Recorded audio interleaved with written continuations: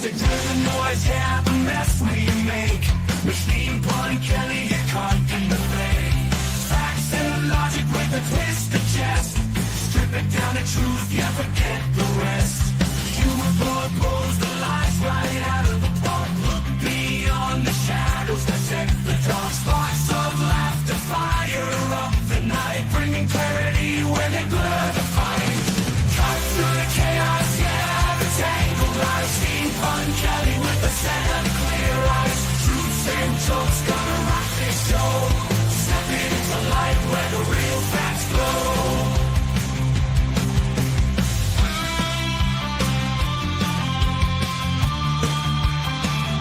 Step into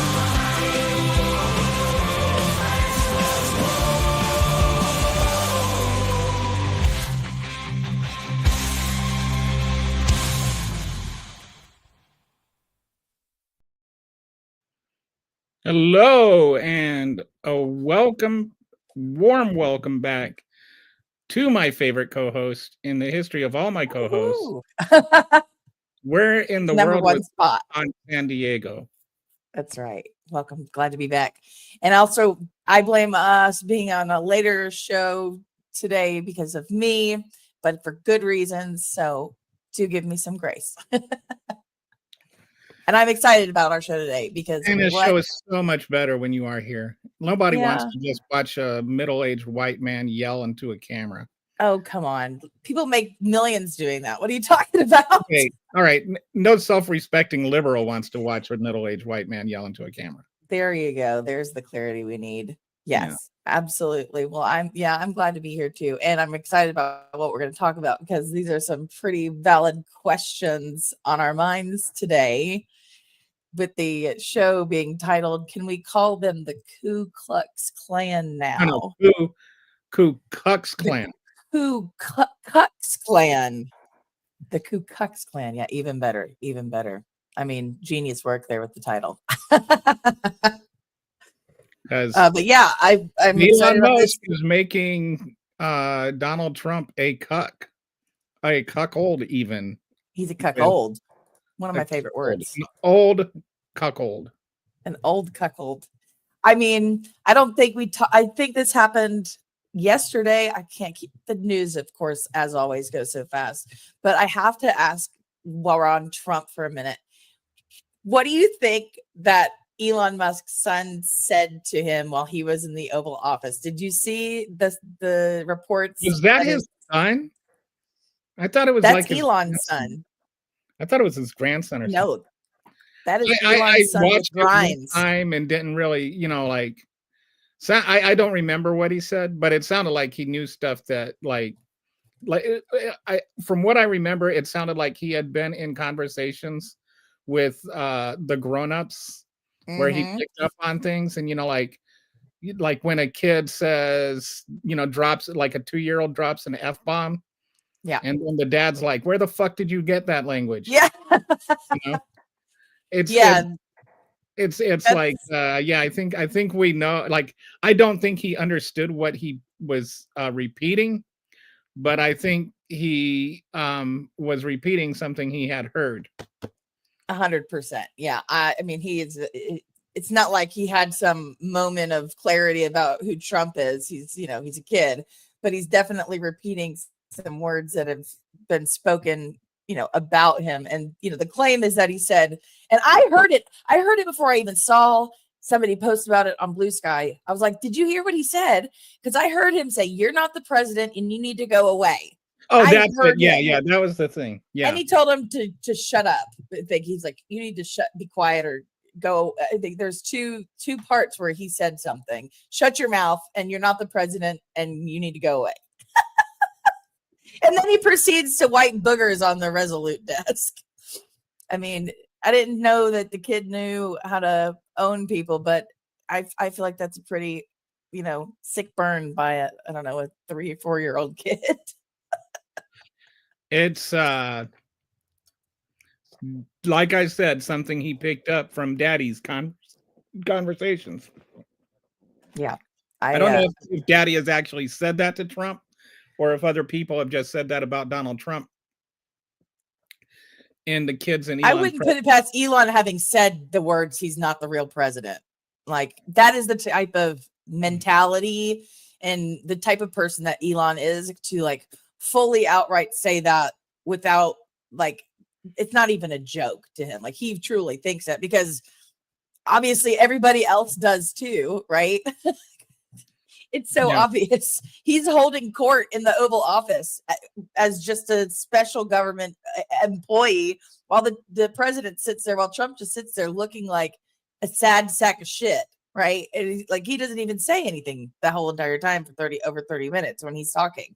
So it's like, you know how they have the historians rank the presidents every year, right? Yeah, and like Trump was the worst out of all the presidents. He's no longer the worst president according to the historians. He got passed by Elon Musk. That's right. Elon Musk. He made a list. Oh goodness! I was told two lies now. When I was growing up, I was told the lie that the president is not above the law, and I was told the lie that you had to be born in America to become the president. Yeah. I think we all were lied to there. Yeah, shocker though. The state of things, my goodness. So I wanted to just touch. I would like it if we review this, every so often, just to see if there's an update here on our lovely meter. So it looks like we are still in the middle of an attempt. Oh, we're still in the middle. We're still in the middle. The meter has not moved yet. However, won't be surprised if it does soon with everything that's going on. The fact that we now have, let's see, Pam Bondi, Robert F. Kennedy, Russell Vought. Have they voted for Kash Patel yet? We should have like a regular segment on this, and we should call it Coup Cucks at you. Coup Cucks at you. Like at you, like cuckoo at you. And then just list what's happening in the world of the coup. Yes. People. But that's the thing. Do you know if Kash, I was busy all this morning, went to bed early last night. Has Kash Patel gone to this? Has his vote gone to the Senate floor yet? I don't think, but RFK Jr. got confirmed. Yeah, I saw that. Shocker. Which is just like how I honestly, like, the guy who oversaw the worst pandemic in over a century just got his anti-vax, pro-disease, roadkill eating, brainworm starving candidate confirmed as being the person in charge of our actual healthcare. And it's like, can we please like just put Jeffrey Dahmer in charge of the FDA at this point? Yeah. Nothing matters. And these are while they're talking about, I just want to see the candidate with the most deserving candidate get the job. Do away with DEI. Whatever happened to just the most qualified candidate getting the job? Merit-based. And it's like, are you seriously saying that in the entire country, there is not one person you can find that would be better at running the healthcare industry, than the Secretary of Health and Human Services, than RFK Jr.? You really think he is the best person for the job, even though he's completely unqualified for it? Like, even if you want to say he's qualified, even though he's not, are you honestly saying nobody is more qualified? Like, there's nobody that's like got an actual medical training or something? Like, how do you come to the conclusion not only that he is qualified when she's not, he is utterly unqualified? Yes. Yeah. Dangerous even. It's this whole merit based for thee, but not for me, in regards to who he's putting in his administration. I mean, the law of anti-DEI is never question the middle-aged white man getting a job, Yeah, right. But hey, works great for me, not great for you though, as all the white women with leopards chewing on their faces are currently finding out. Yeah, that they were a DEI hire. I mean, here's the thing that I want to know though. Do you actually believe that all these Republicans that voted for him and for his confirmation really believe that he's like a good guy and not going to be dangerous? Or do you think that they are just not trying to toe the party line so that they don't get primaried in 2 years? I think that they are a bunch of sackless, spineless. I always say, if they exhumed John McCain's coffin, they would find Lindsey Graham's spine. Like, they he was the last Republican with courage to stand up to Yeah, Donald. well, the only one we have now can't stand since he's falling down on stairs all the time at Congress, who is Mitch McConnell and his political theater by voting against these nominations. Oh But, yeah, and it's not like he ever has to run for anything again. Anyway. right. Yeah, this is just like, he's just making his way out. Is Mitt Romney still a senator? Didn't he? I don't think he ran again, right? I don't think No, Mitt Romney, he just had his like final remarks, I think, this past after this last election. He stopped serving. Yeah. But yeah, I mean, it's just they're just all gut, and then you got like I was talking about this yesterday to no one there. But I was talking about what's her name up in Maine. Susan Collins, the concerned one. Yes, he addressed her concerns because he said that he would review the vaccine that's being produced up in Maine for Lyme disease, and it's like, okay, that's great. Yeah, that one vaccine, but hey, you know what? Kids in Maine can get polio. Yeah. Like, where's your concern about that? Like, it's just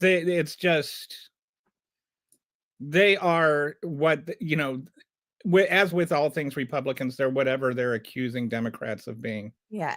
Every accusation is which is just completely corrupt. Yeah, exactly. Well, and that's the thing. So I think that at the end of the day, they are sackless, spineless pieces of shit, and that these laws aren't really going to affect them personally. So it's easy for them to just brush it off as no big deal, right? Yes. One thing I do want to say though, that I'm grateful for, Senator Blumenthal during these confirmation hearings always asks the questions of, Pam Bondi and Kash Patel and whoever else. Oh, and Robert F. Kennedy specifically. Were you telling the truth then, or were you lying then, or are you lying now? Right. And that is the thing with all these people that he's gotten on his administration now, is that you can't find what they say they believe in now to match up with anything they've done in their past. And so I don't know. I mean, I guess being a liar is part of the, what the requirements are to be in politics now. I mean, not that it hasn't always been like that, but it's full force, full-fledged. We support people that flip-flop and lie. I mean, it's insane. It's insane. And no. Tulsi Gabbard is provably a Russian stooge. She is an asset. Putin, and she got nominated, or she got confirmed. Security agency. Yeah, she got confirmed. And I don't understand how people that allege to be patriots, forget about the politics. She is a Russian asset. That is not a question mark. It doesn't, and she just is a Russian asset. And Russia is our enemy officially. I mean, not if you ask, Ronald Reagan. I wonder what Ronald Reagan thinks, if he's just rolls over in his grave over and over again, knowing that a Republican president is not just an ally to Russia, but a little bitch to Russia. Yeah. I saw something funny that PBS, because they were just, it was something that they were showing from the Senate floor, and I think it was the Tulsi Gabbard confirmation, and it was when she got confirmed, and it was she's the first Pacific Islander, I believe, to be have a seat in a presidential administration. That, and also the first top spy and Hare Krishna cult follower, a first for a lot of things for her. And the Russian thing is probably the worst of all. So I don't know how they can reason with these decisions. And also I just was looking it up. So Cash So Patel, wait a second. Are you telling me she's a diversity hire? yeah, I believe that might be. I don't know though. I don't see that. I mean, she's not the most qualified person, and she's a diversity hire. So how is this not a DEI thing from the Republican? Their new merit-based. This is the merit-based hiring and merit-based whatever they're calling it right now is their version of DEI. It's like the bad. They have part. something they call MEI, which is merit. It's something in intelligence. Mm-hmm. But anyway, it's literally something that Elon Musk made up and has, like, if you look, like I was wanted to get into this a little bit and look and see. There is no study involved with it. There's no it's just an acronym somebody made up, and that is all it is. It's like there's nothing at all there. There's not even enough to Google. It's like you get a few hits on, is MEI the new DEI or an improvement on DEI? But there's no, when you go and you look at there's no like study that shows that MEI is a big improvement. It's just people, well, I believe that this, and it's like, okay, you have somebody from the Heritage Foundation stating their belief that is based on nothing but clouds. Like, there's no anyway. Right. There's no real substance to it. No real substance. But that doesn't matter. And by the way, I'll pitch this. If you haven't watched I finished my DEI whiteboard video finally. And I'm very proud of it. It's like this whiteboard video might be the whiteboard video I've worked the hardest on.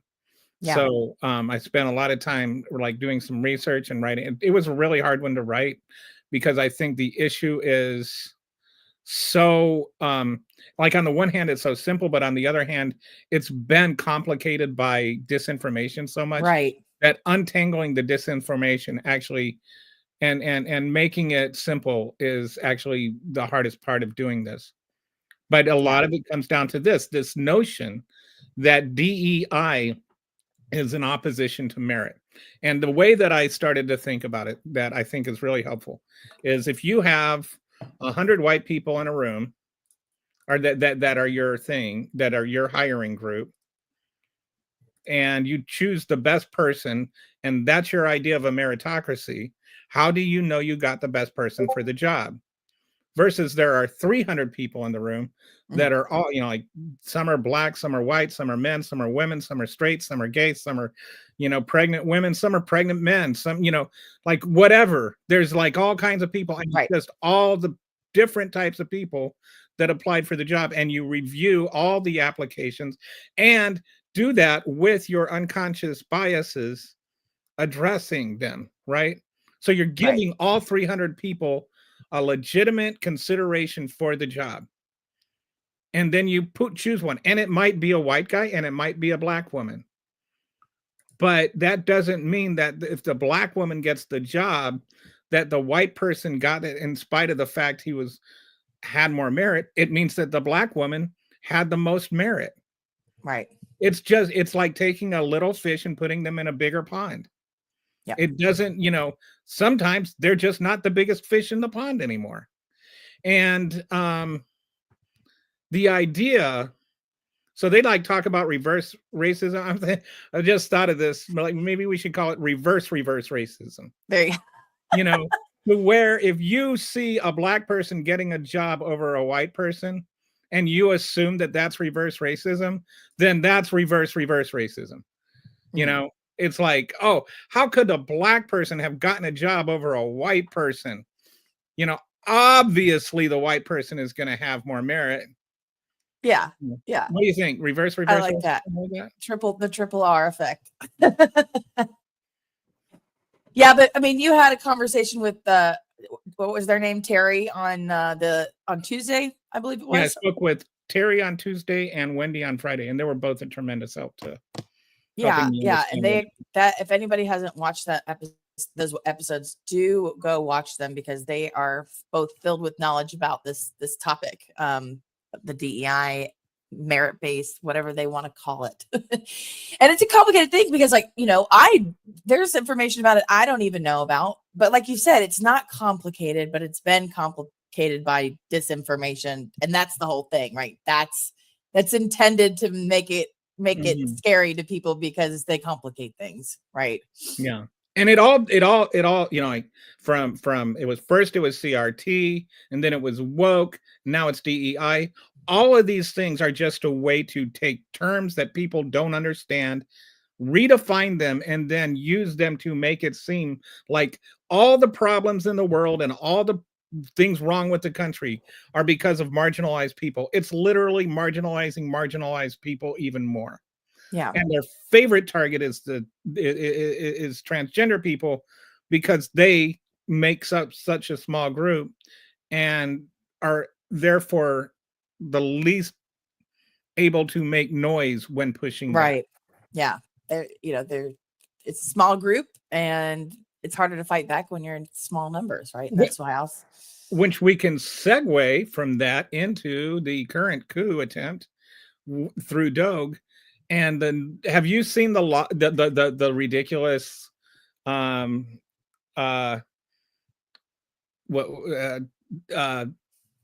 screeching over the DEI research into mice or whatever? What? No. Okay, hold up. You have to tell me about this. Yeah, apparently there's all these, like, and it's like it started off at 16 million, and then it like ballooned up to 240 million somehow. Money going into testing transgendering mice and rabbits or whatever. I didn't, you know, and I tried. It's like one of those things where you're like, okay, what is this? And so you try to look into it. Yeah. And so you look at it, and every site that talks about it is like a Russian-sponsored right-wing thing. But Nancy Mace, of course, is like, it was Nancy Mace, you know, leading the investigation into this, and she's got some kind of, you know, right-wing think tank that is, you know, like whenever you notice all these hearings they're doing are never with the people that are involved. Like, yeah, why was Doge? Why did they first have their Doge committee meeting and Elon Musk wasn't there? Why was he not there? I mean, this is his you know, his baby essentially. But Musk wasn't there for because he had to review his new contracts. Yeah. Yeah. What did he said? Trump said he increased the spending for Doge, just like. Oh, no, I'm talking about his own contracts, like the $400 million new dollars for the armored Tesla vehicles. Yeah, I have that here. The $400 million worth of armored Teslas, and then when Rachel Maddow reported on it on the news, and then like a couple of minutes later, like right after that segment, they went and updated the document and changed what it said. It now just says armored electric vehicles. They took out the Tesla part as though that's going to make it go away. Like we don't know. Yeah. It also, like, when Musk responds to people on Twitter, I think it's so funny. Like, nobody who went, like, he reached out to Maddow. Hey, Maddow, why the lie? It wasn't a lie. It was literally on the document. Mm-hmm. It was on the document. And also, if the only armored Teslas that I'm aware of are cyber trucks, which I'm pretty sure it's been shown that they're not bulletproof. Right? Like, they do not stand up to aren't they even, I think, one of the most dangerous cars on the market right now? Like, that's what they're going to invest $400 million in. There is a great video with this. So, like, first of all, I think like the other Teslas are actually, you know, from what I've seen, pretty good cars. Like and the idea that they catch on fire spontaneously and stuff like that, I looked into that. That doesn't actually happen. There are all kinds of electric cars that, if they're in standing water in certain situations, will spontaneously combust. But that's very, very rare, and it's not unique to Teslas. But the Cybertruck is a piece of fucking junk. It's a $75,000 Yeah. pile of shit that people, like it's just like you don't even need a bumper sticker because just driving one is like I'm a dumb fuck bumper sticker. Like, the car is the bumper sticker. and if you haven't seen one in real life, like I remember to like vividly my first experience with a Cybertruck in the wild, and my very first reaction, like not even like before I could like have my brain catch up with, oh, that's a Cybertruck, was just that's a really ugly vehicle. Like it was just it's just ugly. It's Yeah. like it looks like It looks like a if you've ever dumpster. worked in a McDonald's or something and Yeah. you've got like the aluminum serving stand to where you like make Yeah. the food. It's like it looks like that. It's the finish is just so ordinary, and it's just like so completely unattractive. And then like there's this video on YouTube. I'll see if I can find it. But there's a guy. So it's like the corners are super sharp, like they should be rounded, and you can like cut yourself on them. And I guess some people have like cut themselves on them and stuff. Yeah. The guy wanted to show how, and I think it's the same thing with the doors. Guy wanted to show how sharp they were. So he peeled a potato on the corner of a Tesla truck. Oh my God. All right. So like that is not good. Like No. I mean, like how long is it going to be before kids get hurt on that?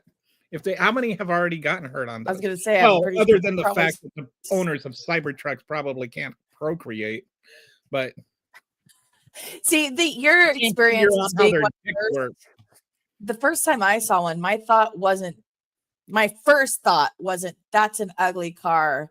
My first thought was, what a fucking idiot.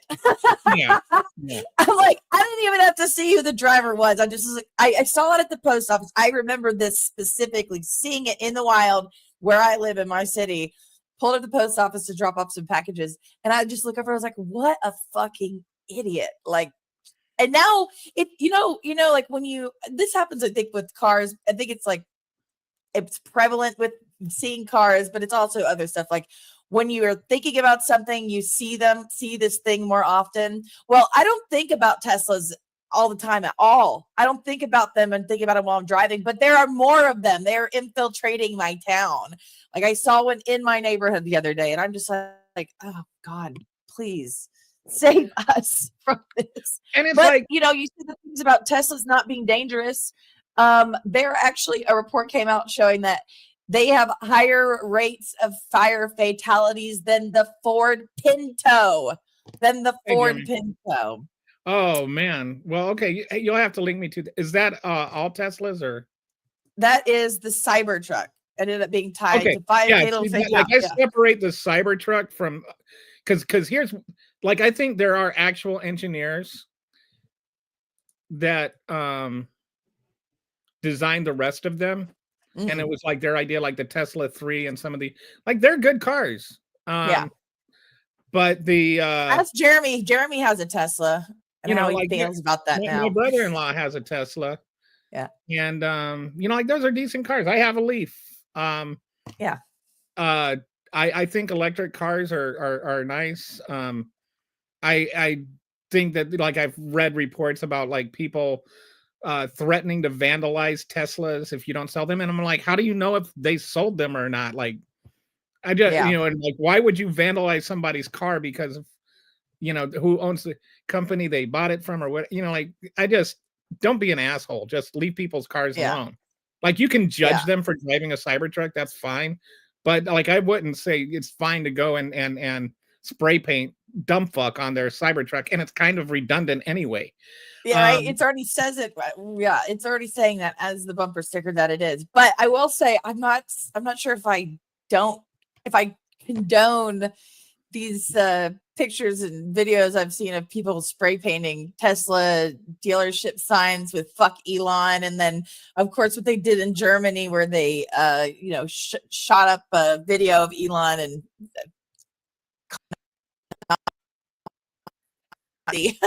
I'm okay with that.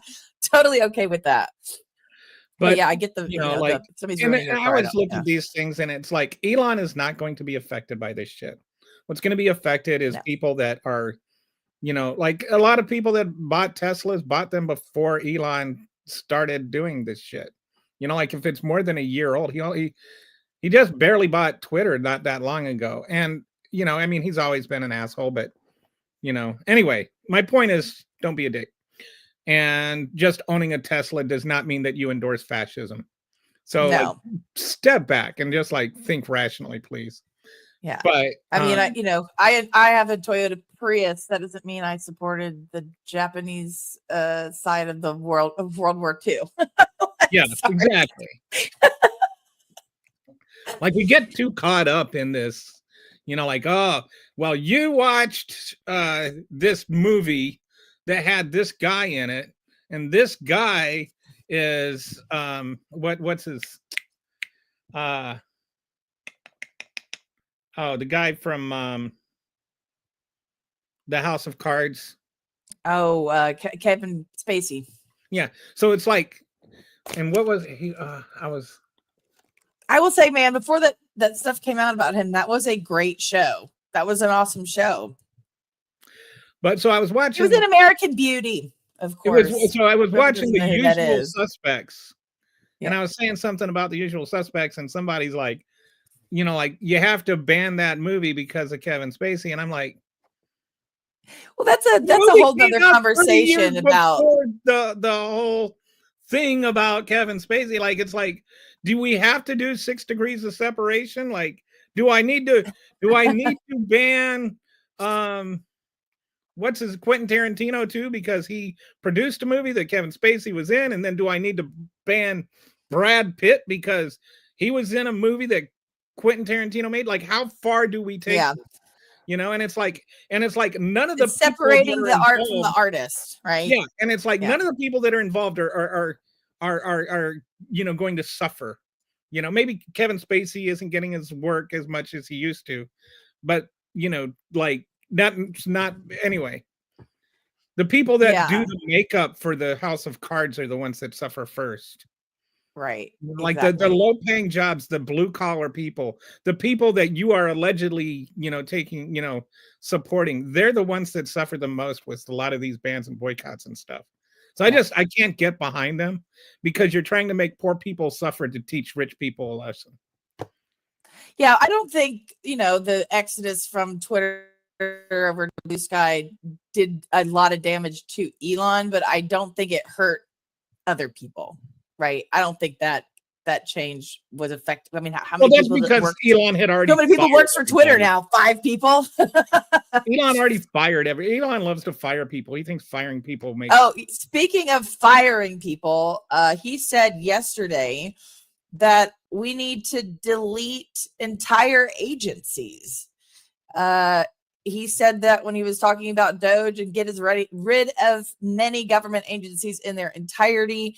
This was at the World Government Summit in Dubai. He was comparing the efforts to root out waste from the federal government, to rooting out weeds from a garden. Like,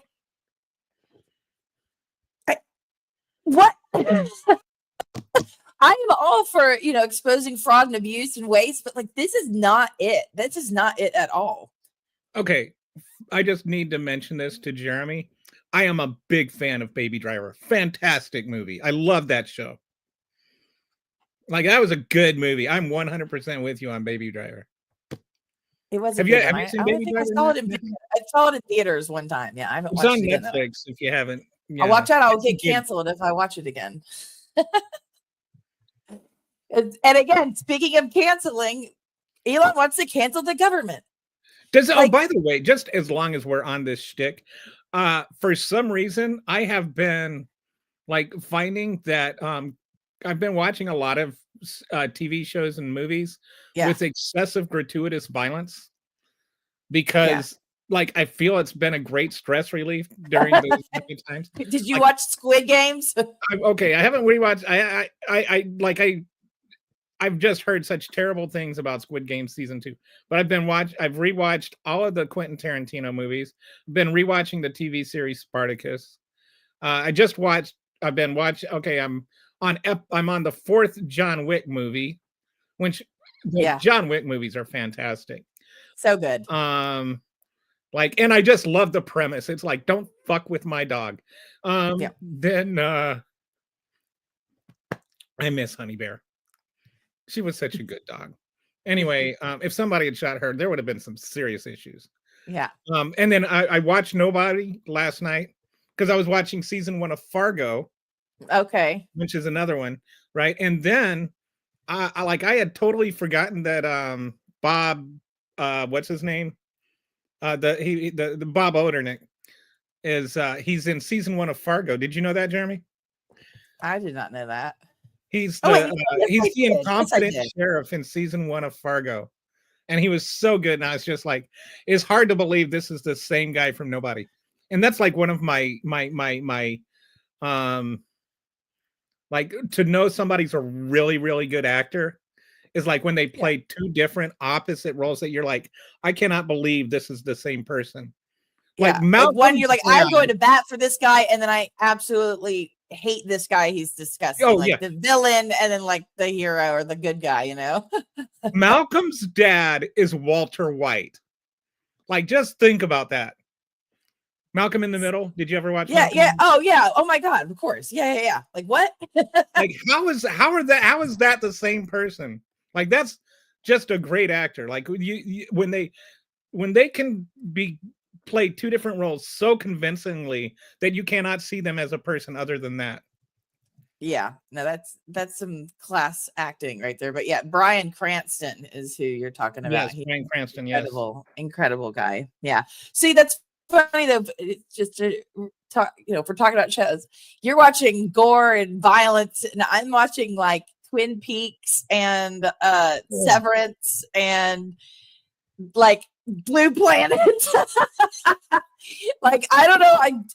I'm trying. I think I'm still trying to figure out like which ones make me like my brain calm down with all the chaos going on. Surprisingly, watching this a chaotic show like Severance does it. It's like disconnecting from reality while others also disconnect from reality with me. It's like there's some weird what do you call that type of friendship with like somebody that's a celebrity, but not, you're just camaraderie, I guess you could say. But these weird dystopian stuff, which it's like, we're kind of living in that at this point. If I watched Electric Dreams, I rewatched that recently.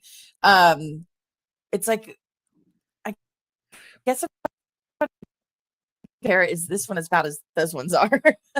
Altered Carbon was a great show. I was so Carbon.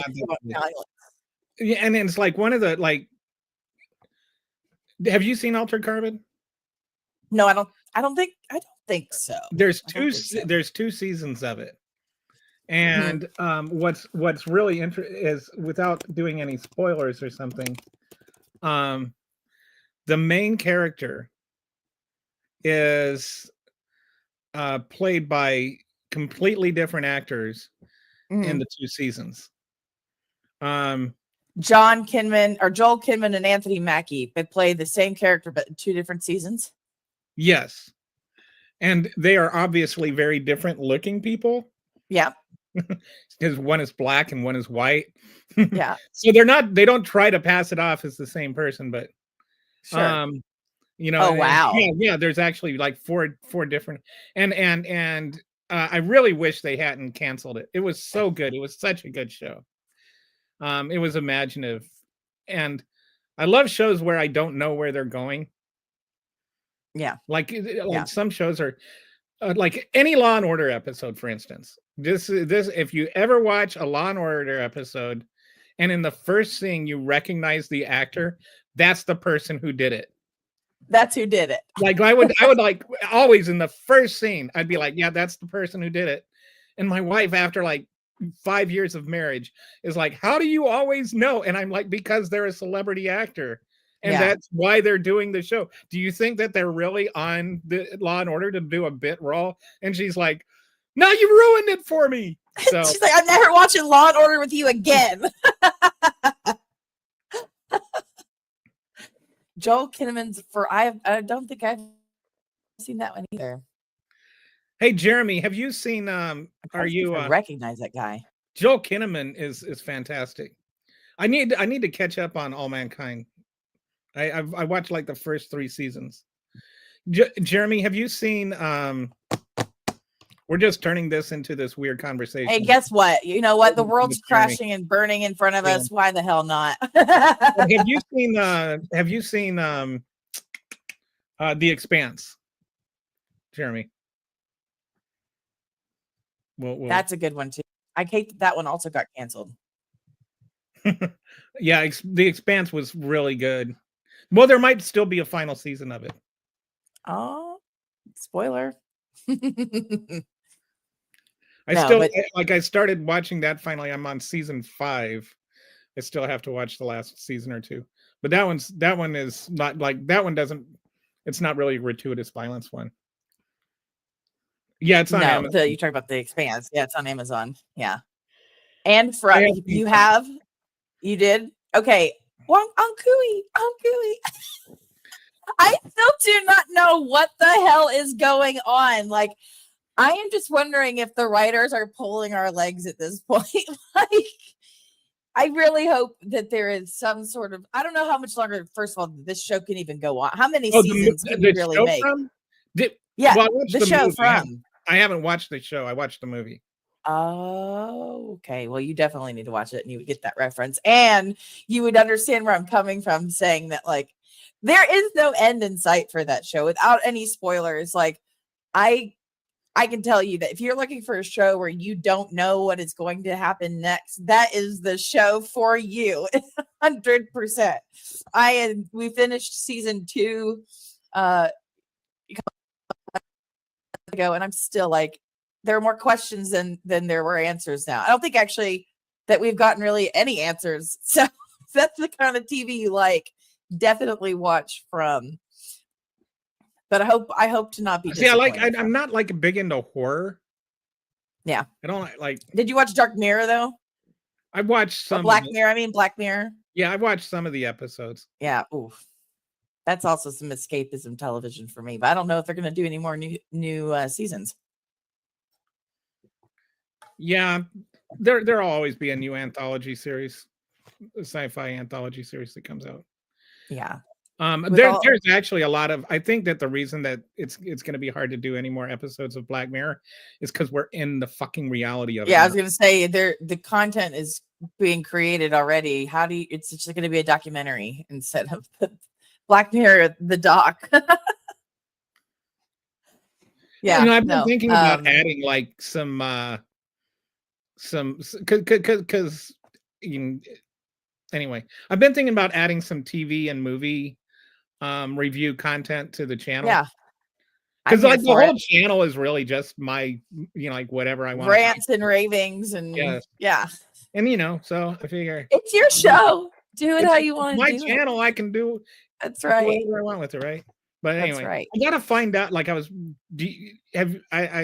need to figure out how to do it without like being able to have TV clips on it. Without. Oh, right. You're talking about like content police. Yeah. Plus, I'm personally averse to content theft anyway. Yeah, absolutely. Well, we got in trouble because we showed the Office. The Office that clip, one time. Yeah. So we need to figure out. There's a way. I mean, there's a way to do it, but I think it's like not unless you're got 1 million followers, it's not worth it to pay for the rights to use stuff like that. I think you can do it through YouTube, but I was reading it's like it takes 6 seconds. Like if it's clipped 6 seconds or left, you're okay or something. I don't know. Yeah, I'm gonna study up on it more, but I think I'm gonna start off with I want to do one on moments in TV shows that pissed you off. Yeah. Which, like, Glenn dying. Yeah, right? Like, why would you do, like, especially, like, right after they got back, like, right after they found each other. Yeah. It was so unnecessary. I think the intent was to piss you off. Like, well, it pissed me off to the point, like, I didn't watch another episode after that. Yeah, right? I don't think that they realized that turned so many people off of watching it that they didn't watch it anymore because of that.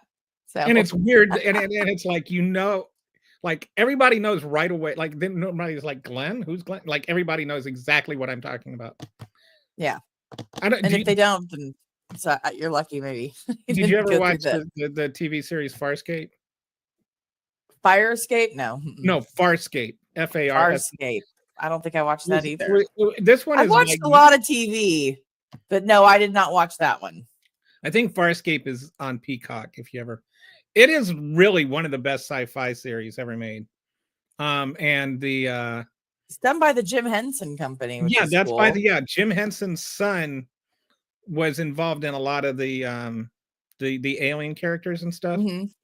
And so anyway, the premise is John Crichton is a astronaut who's trying to prove something, and then he accidentally gets sucked into a black hole or something.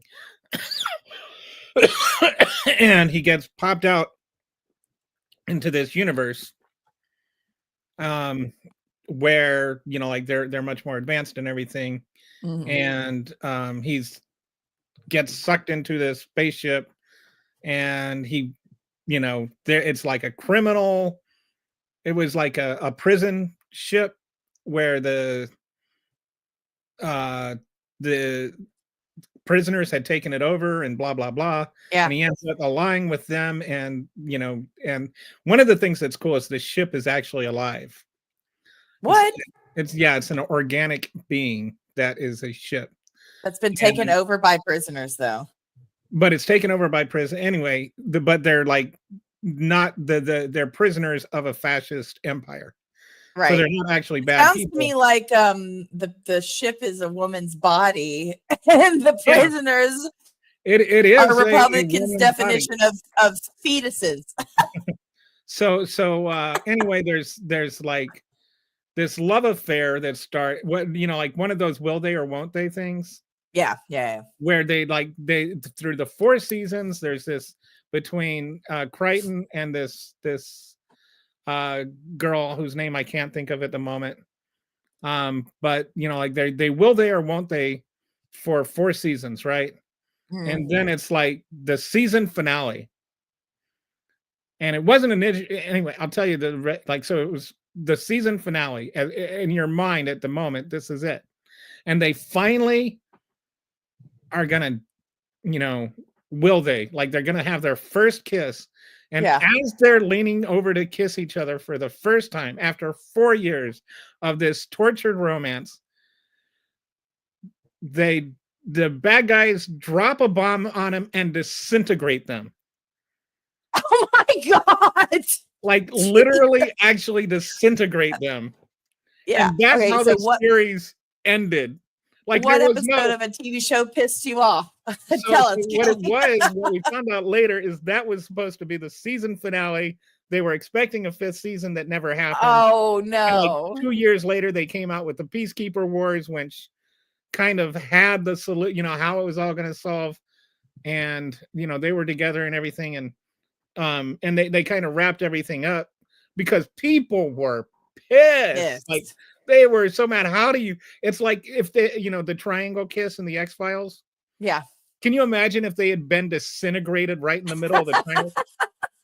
Like it was just like the worst ending ever. But anyway, I want to do also these are spoilers for anybody wondering, because this show came out in 1999. Oh yeah. And it aired until 2003. So what is the moratorium like on spoilers? I don't know, because I mean, I feel like what they did to Glenn could be seen as a spoiler, but it's one of those things where it's like, that's like saying, do you know what happened in the movie Titanic? And they're saying, oh, you spoiled that for me because I haven't seen that movie yet. Like everybody has seen it. You know, I feel like there's like a 1-year moratorium or something. Like at this point, you've had a chance to see it. Like I get when you're like when a show is live, and people are like, you know, live tweeting stuff while the show is actually airing for the first time. Like, come on, you know, like have some decency. Yeah. But or you want to know a funny story? I was this is the worst spoiler ever. I was Uh-oh. and I was in 7th grade. I think it was 6th grade when Empire came out. Empire Strikes Back. Yeah. Yeah. Okay. Waiting in line to get my ticket. We're like showing the second showing in the town ever, right? Right. And one of my friends from school is coming out. He had just seen the first episode, or just seen the first showing. Yeah. And he's like, "You're not gonna believe it. Darth Vader is Luke Skywalker's dad." Oh my God, I would have been And livid. it was just like all I could do to not punch him in the face in that moment in time. That can turn a kid into a bully. We're losing friendships here. Like I was just like, no, that is not okay. You did not just do that. Did you? But you still went and watched it, of course, right? Oh, of course, I was still gonna watch it. Of course. But it was like the surprise of that moment kind of was lost.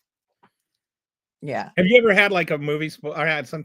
My wife is like the opposite, or is like She wants to know. Does she want to know? Spoiler sensitive to a point that is like one time we were watching a movie and she asked me a question. I was like, well, that's why I can't remember what it was. And I was like, that's why it's called this. Like, that's why this is the title of the movie. And she's like, you just spoiled it for me. And I'm like, I just told you the title of the movie. Like, you already knew the title of the movie. Oh God. Yeah. So she's like, she will like turn off a TV if it starts showing a preview. Yeah. Oh, really? She doesn't even want to see a trailer. Yeah, a trailer will ruin a movie for her. As far as which, I mean, like, let's face it, most of the comedies that come out nowadays, all the funny parts are in the trailer. Yeah, true. But how does she know she wants to see the movie? Based on who's in it. Really? Okay. Yes. I mean, that's it. That's all she cares about. Who's starring? That seems fair, right? I mean, I guess you could figure that out. I mean, we haven't always had trailers to movies, so every once in a while, like I'll get her, I'll be like, you just got to trust me on this. You will love this movie. And she knows, like, I know her after 25 years of marriage. I know what she likes and doesn't like. Yeah.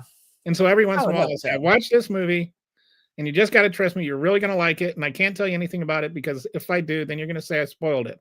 So you're just going to have to watch this with me. And I promise you'll like it. And she'll go, okay. So like she watched Everything Everywhere All at Once with me. Yeah. Because of that. And she did love it. But like, there is no way she would have liked it or watched it without me. And like, I don't know anybody in that. Yeah. That was a great movie. I love that he got the award. Yeah. Yeah. And I was even like, before he got it, I was like, wouldn't it be awesome if Harrison Ford presented it to him? Yeah. Yeah. He's got a Precious new movie moments. Huh? He's got a new movie out. Harrison Ford does. No, not Harrison Ford. The kid from Raiders. Oh, I think I read about that. His name is Ke Huy Quan, right? Yeah, he's got this movie where he's kind of like some action guy. Love Hurts. Yeah. And so I want to see that. But I don't see movies in theaters anymore. Robin and I will go sometimes. Like we'll make a whole thing out of it. There's this nice fine dining restaurant that we'll go to and eat. And then in between there's an arcade that we'll go to, and then we'll go see a movie. But like we haven't done that in like a couple of years. But yeah, I mean, at this point, you really don't even have to, because if you've got HBO or some of these other streaming services, they do the releases of the films on the day they come into theater anyways. So, and you know, like I've got a 75-inch TV. I've got 7.2 surround sound. I've got a pause button, and the pause button matters more than everything else. Like I hate it. Like, and I've got a bladder that doesn't do well for over 2 hours. You know, so it's like I've always got to take a pee break in the middle of the movie, and it's always like the most important thing that can happen in the movie happens while I'm peeing. When you go to the bathroom. Yeah. Right.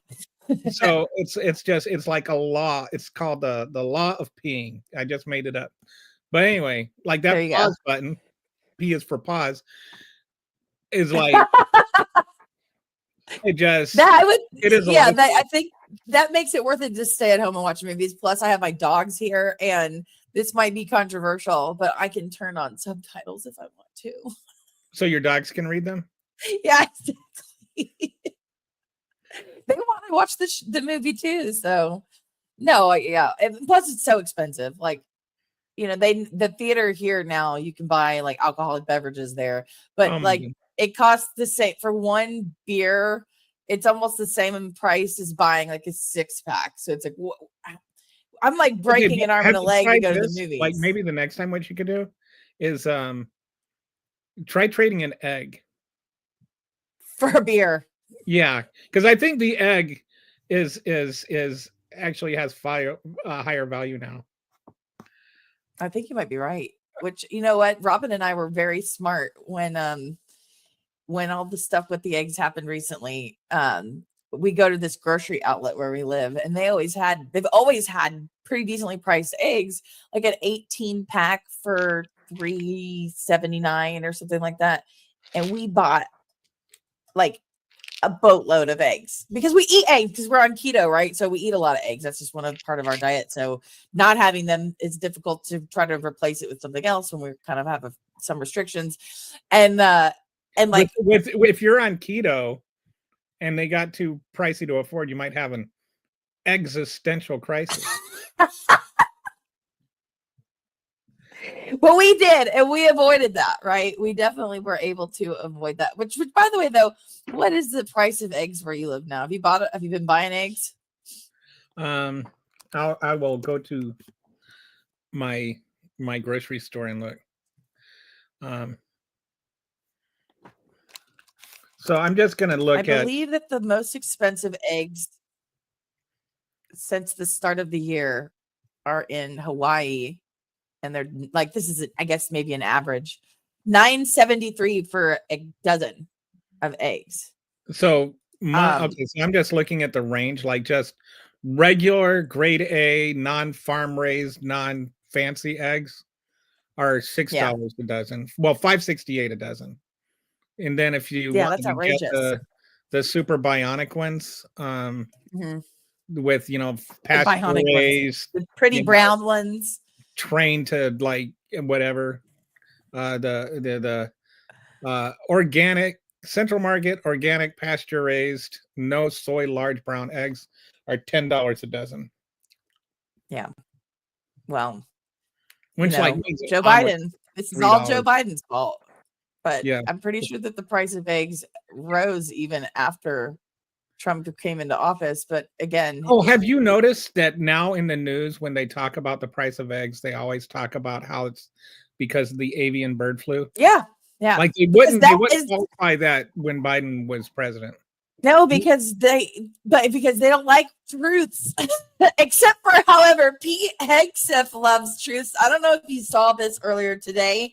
This is the reality we live in. Jeremy had posted this on Blue Sky, where Pete Hegseth was talking to a reporter at the NATO event. And the guy said, can you give a guarantee that no deal will be forced on Ukraine that they do not want to accept? And Hegseth said, that's not ultimately my decision. And President Trump, and he pulls up these pieces of paper and he says, I got the truths right here. And he's talking about posts that Trump made on Truth Social. Like, that's where we are now, is that we have our administration and the Department of Defense head is talking about using facts and truths from Donald Trump's Truth Social postings. Like, what? But no, like, they don't want to say that it was the bird flu because the truth hurt. And, we all knew that Trump can't lower the price of eggs because it's just not, he obviously can't. And even more concerning now that they want to defund and delete governmental agencies that can help to prevent avian flu from spreading. He can't stop it now either if he's doing all that. And Chairman says, can we discuss the new masculine maximalism idea? Okay, I so have that's no idea what that that is a is. new one for me. But if it's in reference to like, Is it's this just like like Pete more? Pete It's okay Hegseth, to be because toxic? Like, is this part of the whole being a male chauvinist is actually good? Is that basically what it means? Macho Man, you know, I'm pulling up. It's floating around on Blue Sky. I pulled up. There's an Axios article about it. It says President Trump and Elon Musk, arguably the two most unorthodox and influential American leaders of the 21st century, are practicing and fine-tuning a fused theory of governing power called masculine maximalism. I mean, that sounds like something that Elon would be proud to call his behavior, right? Kind of like, I mean, I get that. It's like strong white men it's back to like the way that men treated women in the 40s and 50s, right? Like that is this just pairs in with like the trad wife movement and the pronatalism movement that the right has taken a liking to, as well as like the tech right people have also done. Yeah, that makes a lot of sense. Power asserted, power claimed, like I can do it. I can do whatever I want to do. I am in charge. Precedents are for chumps. Like thinking conventionally, being polite, that is for chumps. They see them as wimps and posers, play by the rules, worry about hurt feelings or damaged lives, and seek consensus. That, I mean, I feel like, is this really I mean, maybe this article came out and this is why it's floating around on Blue Sky, but I don't think that this idea is, this is not new about the Republican.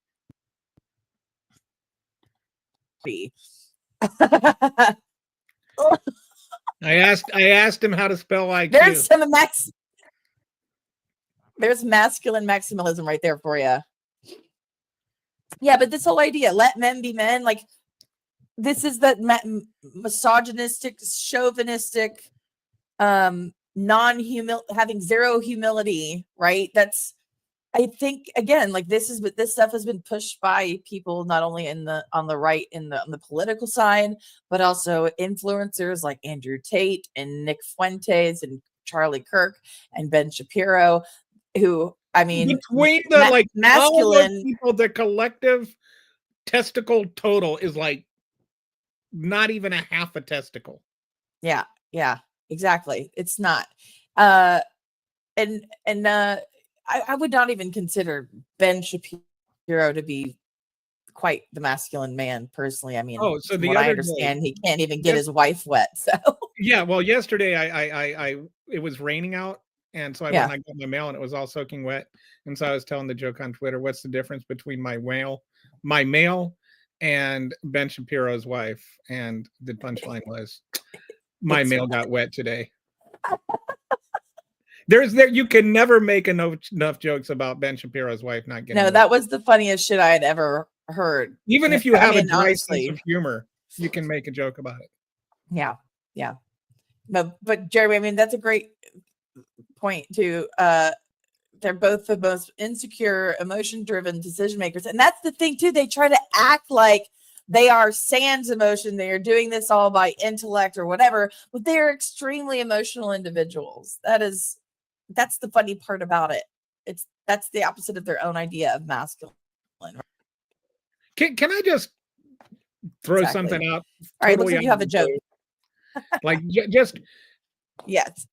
I think that Mark Cuban is like the anti-billionaire to their billionaire. You know, like what I really appreciate about Mark Cuban is, I don't know if you've looked into what he's done with his pharmaceutical medicine. Yeah, I know about that. But here's what I appreciate about him, and I wish more billionaires would do this, is that he took an actual problem and he figured out not only how he can fix the problem, but how he can make money doing it.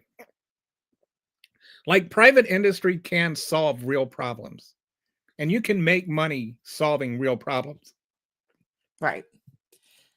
but he made life better for like lots and lots of people that are not billionaires by doing it. And I just like there's a kind of a capitalist social responsibility in what he's doing that I wish more people would encourage and applaud.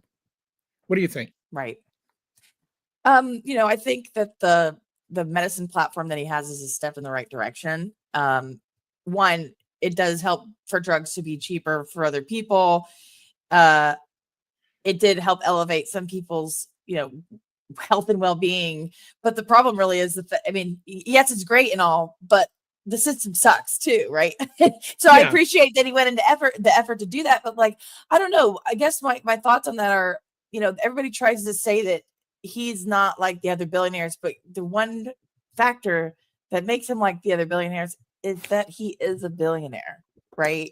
Is that he is a billionaire. And I think we need to be careful with people that try to convince others that they're down to earth regular people when I can't relate to Mark Cuban.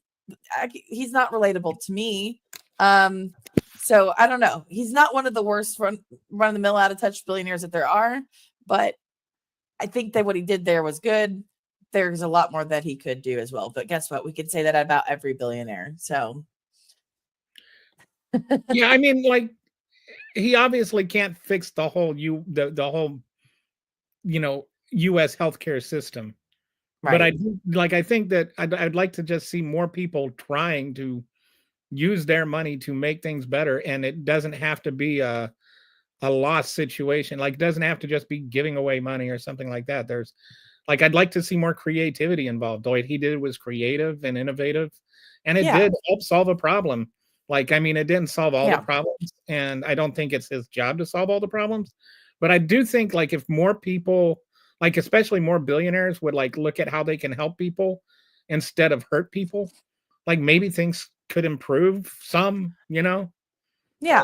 I think that, if I imagine myself being a billionaire, right? I feel like if I was Mark Cuban, I had the money that he had, that would not be my only, contribution to society. Like, I would be spending as much money as I possibly could every day to either give it to nonprofits, be a part of a nonprofit, get housing built for, low income families. Like I'm sure that he probably wait. He probably spends more time investing his money and spending time on how he's going to invest it to make a profit instead of spending that time on how he's going to invest it into the country, the people. That's my problem with that, right? But here's my point. I think we need to like not like we tend to define people by what they don't do sometimes rather than what they do. Sure.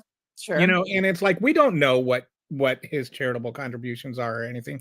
And I'm not, I think it's out there. I'm not here trying to shill Mark Cuban either. No. I'm just saying when billionaires do something socially responsible other than just charitable giving, we should say, hey, that's a good thing. Like, we don't have to like, become a member of their fan club to just acknowledge, hey, that's a good thing. I wish I could see more of that. Yeah. And I guess maybe correct me if I'm wrong. I feel like I've read this before when I've looked into like his philanthropic work and all of that. Is he a part of the that agrees that his level of income and profits should be highly taxed? He is definitely, tax law should change. From like I've just seen some tweets and stuff. He is definitely, all for a progressive tax. Like he's not like trying to get zero tax dollars like Elon Musk is. Right. Yeah. I mean, I know it says here back in April last year, he was proud to pay $275.9 million in taxes. Then he pays 37%, which is the top federal income tax rate for people who earn more than $578,000. Now, by the way, pretty sure that that's not going to be a thing here from what I read about the tax cuts for whatever income level or bracket you're in with Trump's new tax changes. But yeah, I mean, I think that he could maybe be more vocal about that. I think maybe he has, and maybe I don't want to claim to know everything about him in that regard, but I'm also a part of the party of eat the rich. So definitely, I don't know. There's enough billionaires out there to feed a couple people. So I think we also have enough enemies out there that we don't need to create them. I mean, right, but where do you draw that line though? Like at what point are you like, because like if you look at maybe the way that everything Malice, happens, that's an easy question to answer. Malice. Yeah. Like being rich does not make you malicious.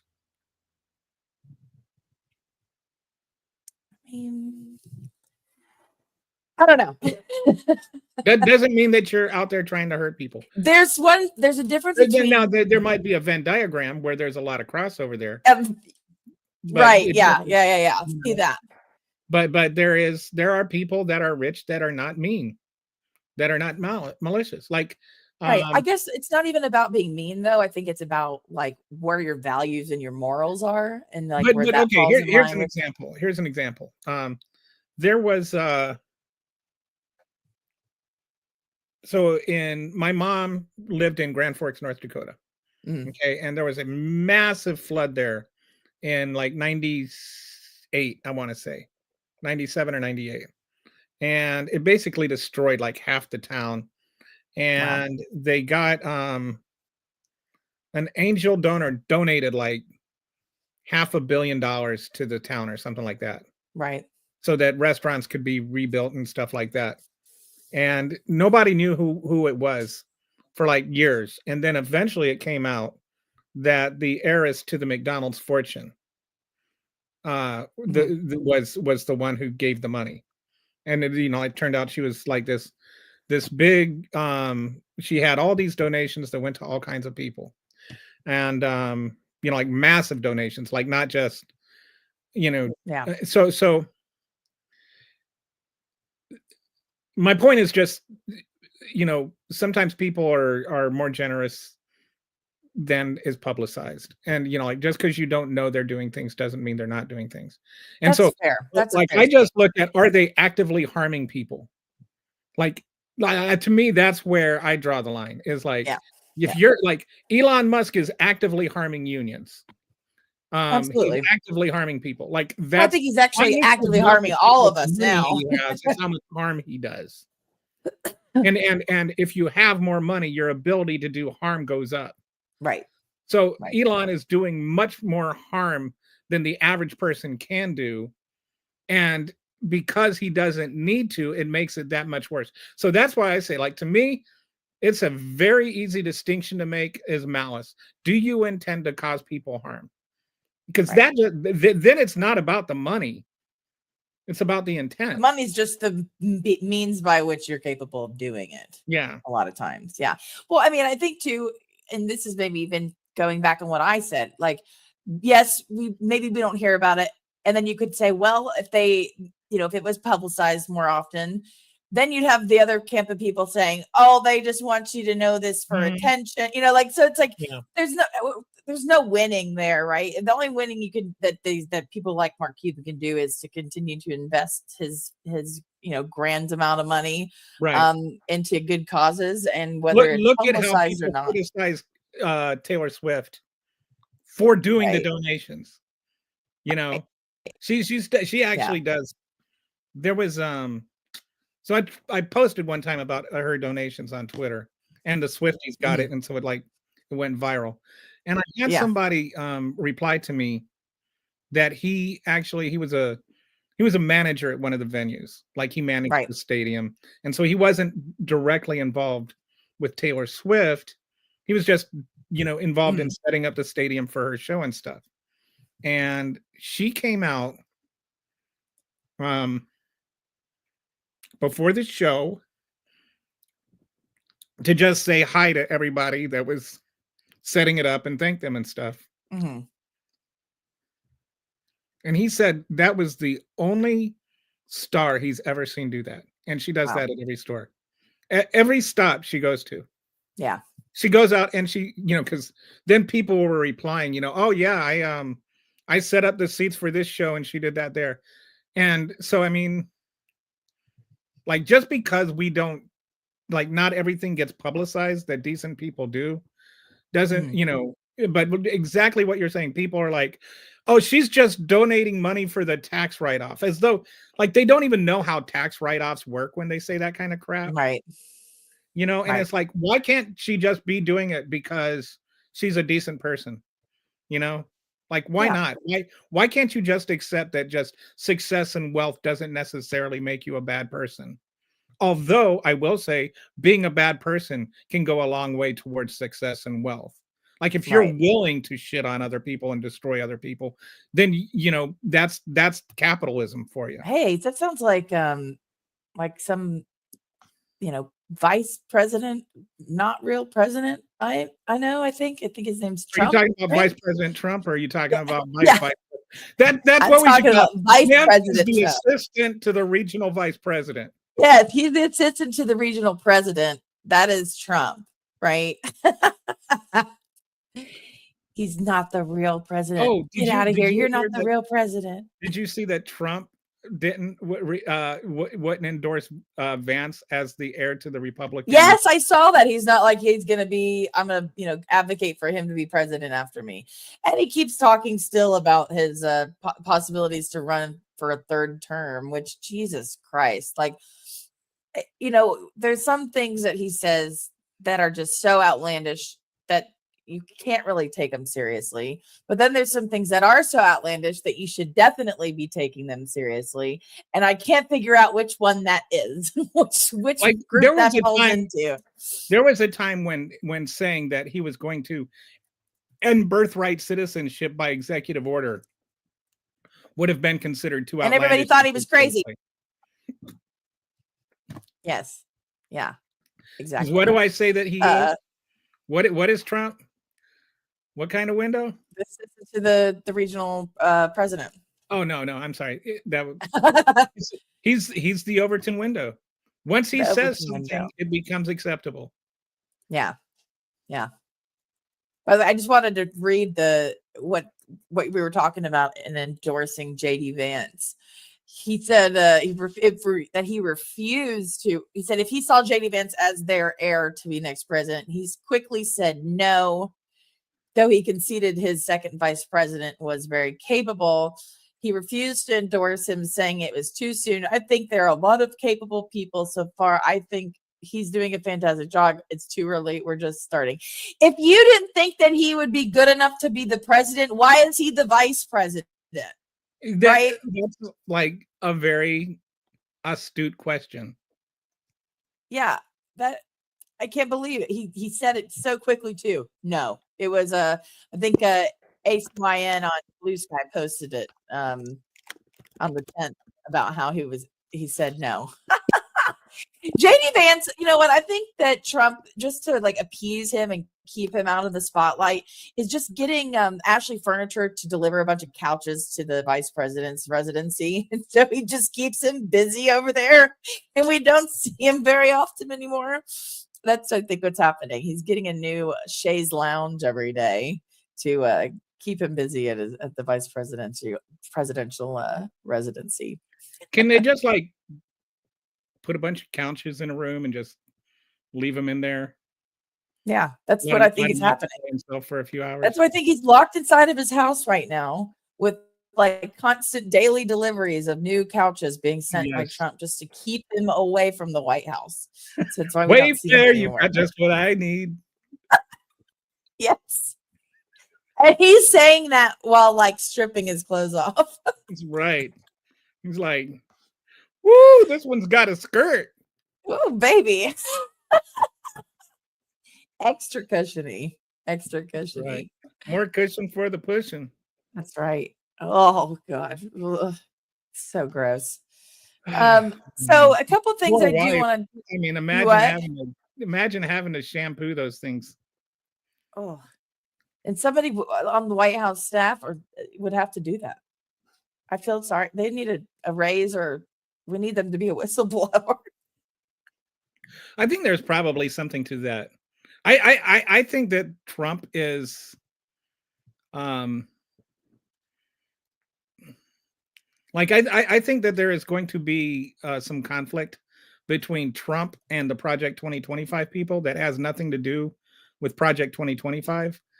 But Yeah. has to do with just vanity of Trump thinking that somehow he got there on his own or whatever. Anyway, it's just, I think what's happening during this it's like there's going to administration, be a Game of Thrones kind of situation going on where there are no good guys. yeah, I think that the infiltration of people like from Peter Thiel's network of right-wing individuals, that them getting involved in this administration, as well as Elon Musk and his cronies, I think that Trump is realizing that it's slowly happening with the dementia and everything. It can't happen quickly, but he's slowly kind of realizing like he is not in charge. I don't think he likes it. And I think once it comes to fruition that it's obvious and painful to something, because something happens to him as president from people he thought were on his team, I think that it's gonna be a big problem, and we're gonna see something happen from that for sure. Because at this point he isn't in control. It's Peter Thiel and the people he wants to put in, Russell Vought, and the people that them from the Heritage Foundation and Project 2025 want to have in, and Elon Musk and his folks. So I don't see how anybody looking in, or even being, not even looking from the outside in, but literally being in the middle, surrounded by these bros, that you don't see what's happening. Like, you don't see what's happening around you. I just don't, I don't know how he doesn't see that. But yeah, I would agree with what Jeremy said too, that because they forced Vance upon his ticket, even though he says, "Oh, we wanted a millennial to be one of our running mate for the president." I don't know. Like, maybe is he a millennial? I guess maybe he's considered a millennial, but I do not agree that he is a part of that generation. He's not. He's not relatable Hey, to it. I can't see him relating to any Mahan, I millennial need to stuff. take an emergency break here. Can you just like go to the next story and I'll be back in like 3 minutes? Yeah, you I've got been it. cat trapped for got like it. 3.5 hours. So, No, the it's all story. good. I might have to go next.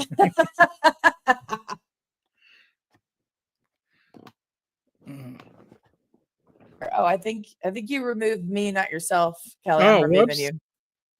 One thing that I do want to talk about, because it's a little off topic from what we have been discussing, which everything has been today, and I'm totally fine with that. Is our one and only favorite Senator Ted Cruz. Let me share my screen so you guys can see this here. I swear to God, it's just like, what is happening here? I wanted to piggyback this off of the the trans mouse thing, this crazy nonsense they're talking about. Big Ed Cruz, yes. Ted Cruz's list of woke science includes self-driving cars and solar eclipses.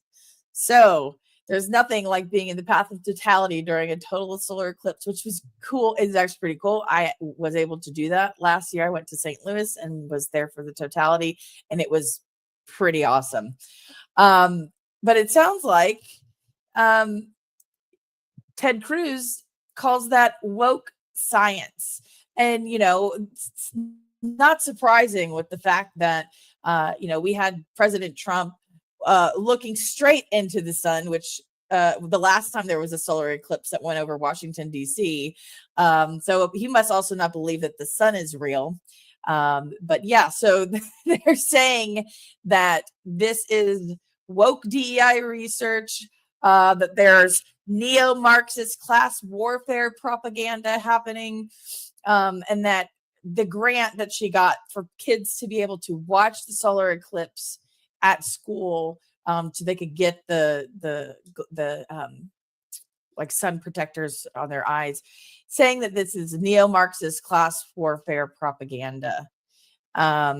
This guy, I just, we talk about how his beard hates him so much that it tries to escape. I don't understand how everybody in his state doesn't just try to get away from him. Like, how is he still? How is he still? You know, in a position of power? I'm truly just mind boggled by that. They said here it's ludicrous.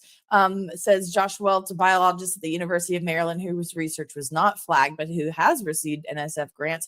Cruz is using his position as a senator to make a big noise about fundamental research and miscategorizing what's going on in the research and technology sector in this country. If one looks at this list, you find things that we should absolutely be proud of funding. I guess this is kind of like par for the course for this administration and for everybody that still claims to be a part of the Republican Party, is that we just need everything is DEI, everything is CRT. We need to cancel everything, including government agencies, and that's going to fix everything. I think that this just this particular rhetoric from Cruz, though, it's dangerous because it causes for people to not believe real science. But again, surprise, surprise, Trump and his lackeys don't believe in science. I think I saw a clip from Trump, the Oval Office press briefing he held either the day before yesterday or yesterday. And he's talking about tractors and magnets. I don't know if you guys saw this. It's a word salad rambling of nonsense. And he's talking about controlling the weather. Tractors can be used. Magnets can be used to run tractors. This was at Tulsi Gabbard's swearing in ceremony.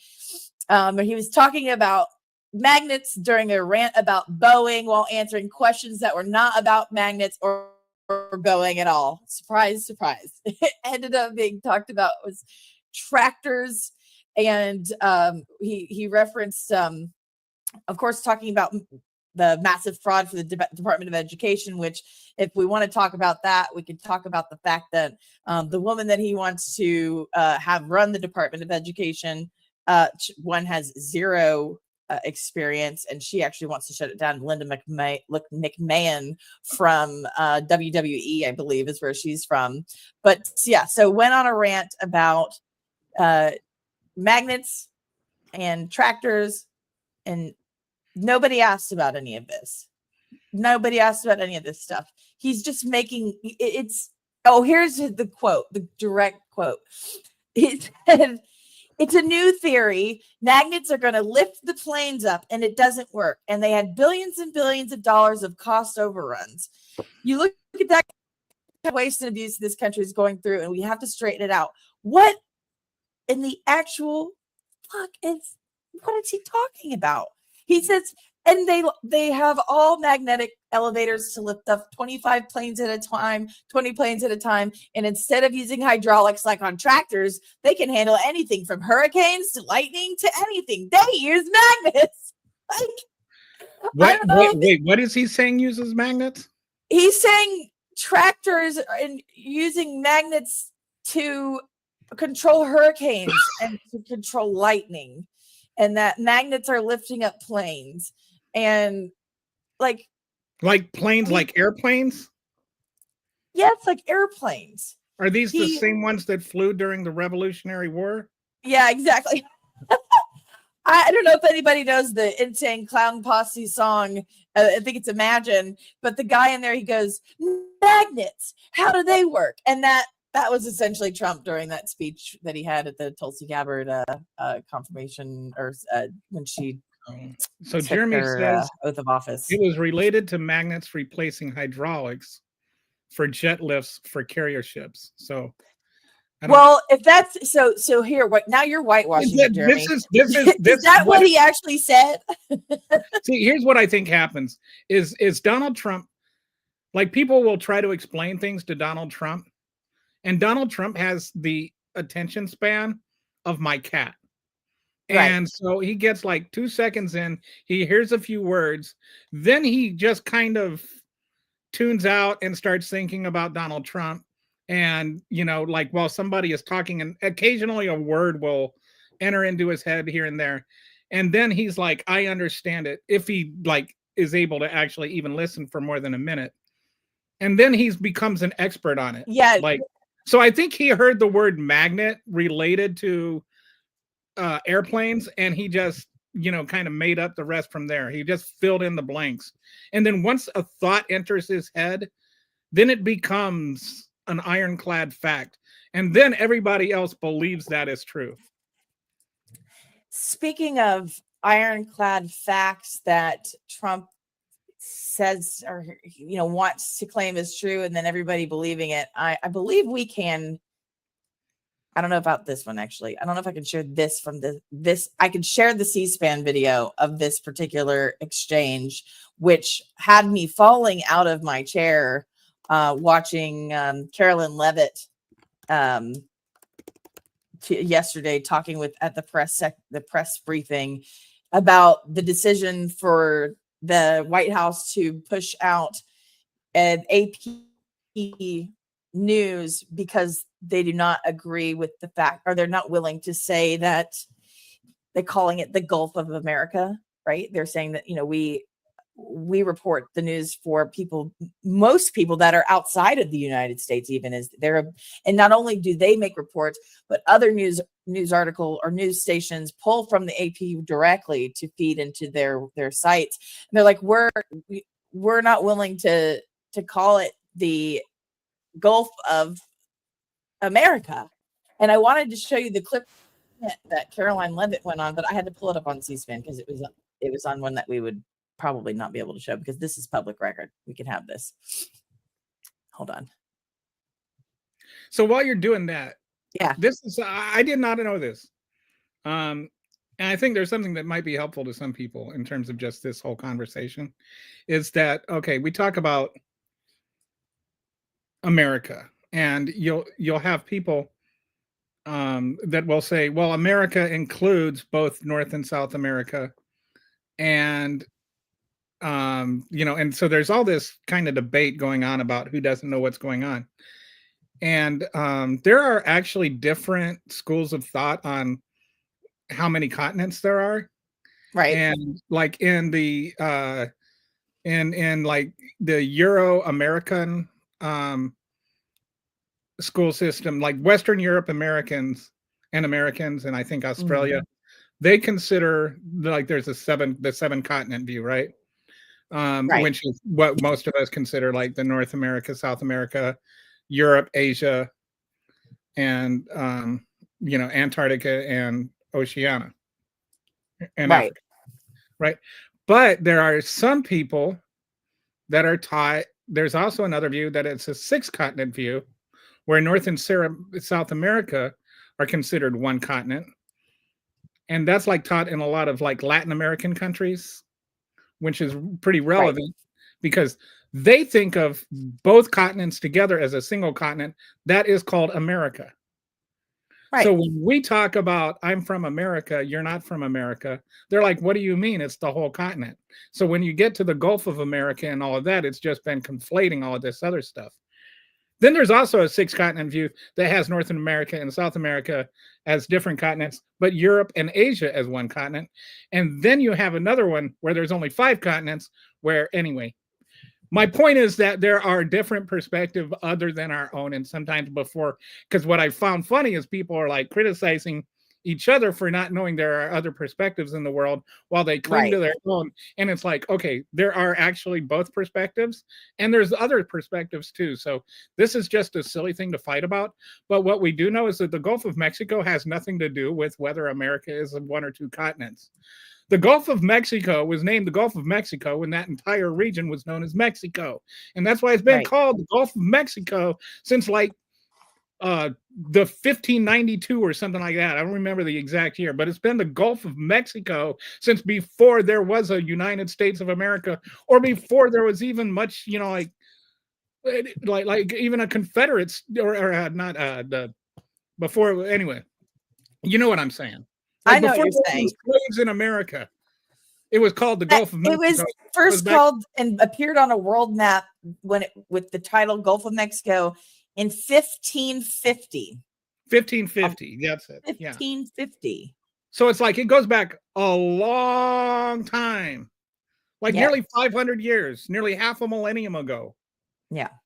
And so it's like, you know, this Exactly. bickering over whether it should be called, you know, like what America means is kind of irrelevant since Amerigo Vespucci didn't come up with the idea until for like another 30 years or something. Like I Right, didn't, I right. don't even, I want to say, I'm pretty sure, maybe I'm wrong, but I'm pretty sure the idea that it was an American continent did not even come up yet.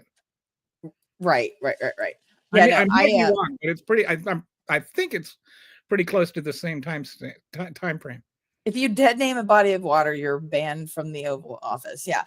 And so this is the clip I want to show. Just because I Well, just my want to show favorite the- joke about that is if you know, if you think that or if you rename something that everybody calls one thing, then it will quickly everybody will quickly adapt. You can just ask anybody on Twitter. Yeah, right. So, but I just want you to watch how outlandish these statements that she's making. Oh, so it's her Which talking White to House official rambling. made the decision to bar the AP reporter from the Yeah. Oval Office and the diplomatic reception room last night? Well, first of all, let me just set the record straight. It is a privilege to cover this White House. It's a privilege to be the White House press secretary. And nobody has the right to go into the Oval Office and ask the president of the United States questions. That's an invitation that is given. And there are hundreds of outlets on this campus. Many of you in this room who don't have the privilege of being part of that pool every single day and getting to ask the president questions. We reserve the right to decide who gets to go into the Oval Office. And you all have credentials to be here, including the Associated Press, who is in this briefing room today. But isn't it retaliatory in nature is the argument, because the reason that the AP was barred, which they said was because they're not using the phrase Gulf of America, they're using Gulf of Mexico in line with their standards. And so the question here is this setting a precedent that this White House will retaliate against reporters who don't use the language that you guys believe reporters should use? And how does that align with the First Amendment commitment that you were just talking about? I was very upfront in my briefing on day one that if we feel that there are lies being pushed by outlets in this room, we are going to hold those lies accountable. And it is a fact that the body of water off the coast of Louisiana is called the Gulf of America. And I'm not sure why news outlets don't want to call it that, but that is what it is. The Secretary of Interior has made that the official designation in the geographical identification name server, and Apple has recognized that. Google has recognized that. Pretty much every other outlet in this room has recognized that body of water as the Gulf of America. And it's very important to this administration that we get that right, not just for people here at home, but also for the rest of the world. Insanity. The rest of the world doesn't call it that, though. That's like saying, I'm going to start calling potatoes eggs, and if you don't want to call them eggs, then you are wrong because I have decided they are called eggs. Yeah, this just goes to show, like, you know, they are creating their own reality, and we're supposed to sign up and agree with that. Yeah, that is crazy. Like, it is not a fact that it is called the Gulf of Mexico or Gulf of America. I'm sorry. It is a fact that the U.S. calls it the Gulf of America. Right. Yes, if you want to say the U.S. calls it Gulf of America, then fine. But everywhere else in the world is still the Gulf of Mexico. Exactly. And it's not like we own that body of water and we can call it whatever we want. And then the rest of the world has to get in line with it. The rest of the world can still call it what they want. They're not obligated to, you know, kiss Trump's ring. No. So like Encyclopedia Britannica posted on Twitter that they said they will continue to use Gulf of Mexico for a few reasons. We serve an international audience, a majority of which is outside the United States. The Gulf of Mexico is an internal body of water, and the U.S.'s authority to remain it is ambiguous. Like, that's probably the nicest way to put it. But I was wondering, yes. If we are calling the Gulf of Mexico the Gulf of America now, can we call Mexicans Americans? Yeah, I mean, I don't see why not. They're opening up a can of worms there, right? Right. And I think we should call it like New America. Maybe we should just call Mexico America. Well, I don't know about that one. I think they would like that, right? I think they would like that. Taking over just yet another territory. My point on this is, does changing this body of water to the Gulf of America and changing Mount Denali back to Mount McKinley, does that help save Americans money? And does that improve their lives? And the answer to that is no, right? There nothing that has happened since he has taken office has improved the lives of anybody other than the wealthy and the powerful. And I keep not seeing anybody. These memes on Facebook. Wow, if he's done this much for America in 4 weeks, imagine what he'll do in 4 years. And it's like, name one thing he's actually done. Name one way your life is substantively different, other than you are paying more for eggs. That inflation is up a whole percentage point. Like, can you imagine? Like, I don't understand how broken your brain has to be a MAGA at this point. Like, I cannot fathom getting my head that far up my ass that I could become a MAGA. No, I can't either. But I get it, because they're perpetuating these lies and they believe it because the lies sound good to them, right? It sounds good to them, but they're, like, well, he's going to reduce the cost of price for things. And they wanted that. And guess what? It didn't happen. Absolutely none of his executive orders, absolutely nothing whatsoever has he done to improve the lives of American people, right? Okay. Other than the people Jeremy says hurricanes are now called Schumers, but I would like to point out that's only after they get aroused. Exactly. Yeah. And tornadoes are now called occasions. Yeah, because those things are bad. They destroy things. Yeah. Oh, Lord. So,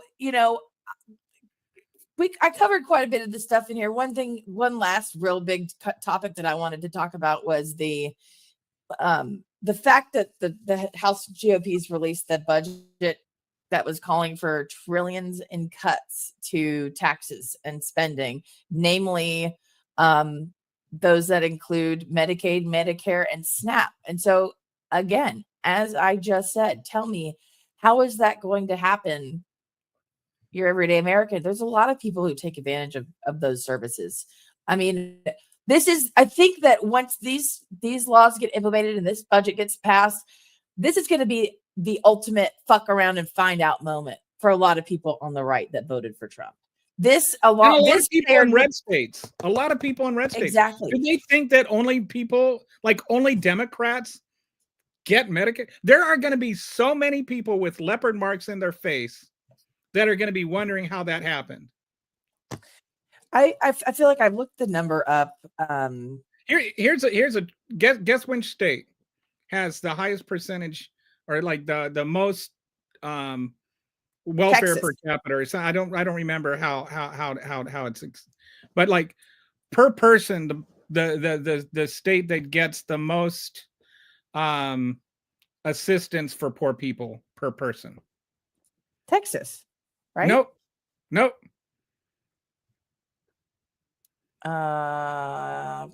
Louisiana. Nope. It's West Virginia. Really? Yes. West Virginia. And then, like, I think Kentucky's up there. The lovely state of Tennessee is up there. And Texas is like, it's mostly like red states generally get more tax dollars than they spend. Assistance. But right? but like Texas, for instance, I don't know about Tennessee. Texas, it's like their public assistance here is like, you get, if you are like literally penniless and unable to work, then you get like $70 a month to help you out or something. I mean, it's like insane. Yeah. Oh, we have a guest star. Come here. So that what you're saying is right too, though, that mostly red states and red voting states and counties tend to have higher welfare numbers, government assistance such as SNAP and food stamps. Those red states are more dependent on federal welfare than blue states. And you know where a lot of that money comes from? California. They're putting money into that fund for people that need that assistance. And so this is the leopards eating the faces. This is the fuck around and find out moment. And I want to see. I'm really curious now because I'm not on Facebook anymore, so I don't see. And I'm not on Twitter, but I'm curious to see how these Trump supporters are going to spin their loss of welfare opportunities like SNAP, Medicaid, Medicare, Social Security. I'm sure How are they going to twist it and make it about Biden? No, they're gonna have to really dig deep and blame Obama for this one. Yeah, because Yeah. if they can blame the black guy, there's more lasting power. Yeah, and so there was actually a law that 14 GOP-led states turned down federal money to feed low-income kids in the summer. I believe that's going to be this year. And the states that did it, you got Wyoming, Texas, Florida, Georgia, South Carolina, Vermont, which is great, Alabama, Mississippi, Oklahoma, and their justification, South Dakota, Iowa, Nebraska, is that there's no justification. There's they need to learn there's no such thing as a free lunch, as though the kids whose parents can't afford it aren't giving their kids a free lunch. Like the kids are not doing something extra to earn it just because their parents have more money. Right. It's just shaming kids for having poor parents. That's all it is. Yeah. So now kids aren't going to get these benefits, which is awful because, they've relied on that for the states that were getting it before, and now they aren't. I worry for the families that, are going to suffer for that. But, Isn't he a pretty cat? Look at him. She is. Poor girl got stuck outside. Poor boy. He's a poor boy. Boy. That's a boy. Yeah, right. Yeah. I've got 2 girl cats. They're all girls to me. So for those that haven't heard, he snuck outside when my wife took out the garbage last night, and I had the kitty door closed. And I thought he was trying to get out when he was actually trying to get in. So he was stuck outside for like 2 hours in 32-degree weather. And he has not left me since then. He just refuses to leave my side. He's been cuddling nonstop. Yeah, he's traumatized. Poor little guy. Bonty and Blue, my dogs were outside and it rained here too. I guess you had bad weather there as well.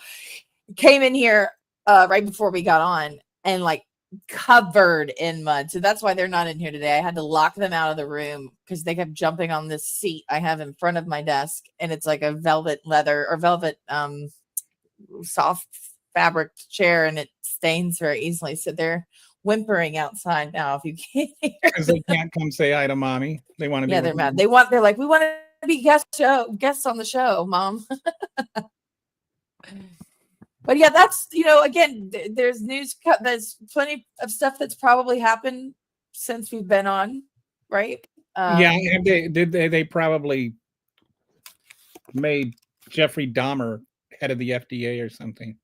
Yeah, or what was his did they confirm Kash Patel yet?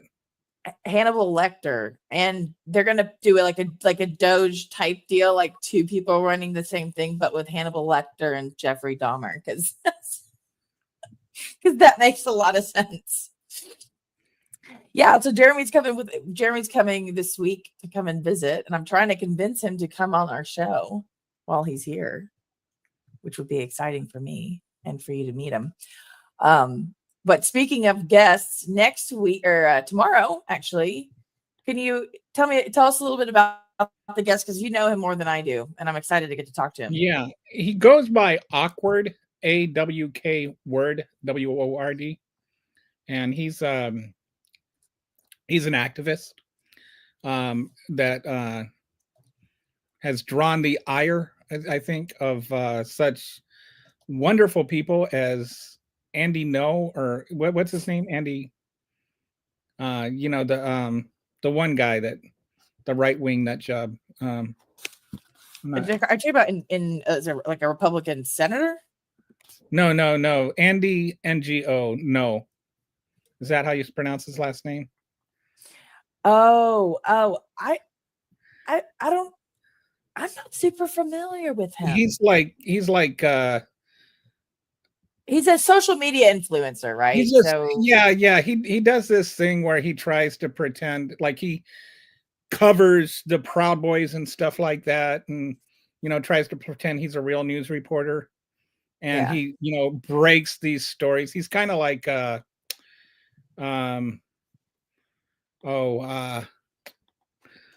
what is Veritas?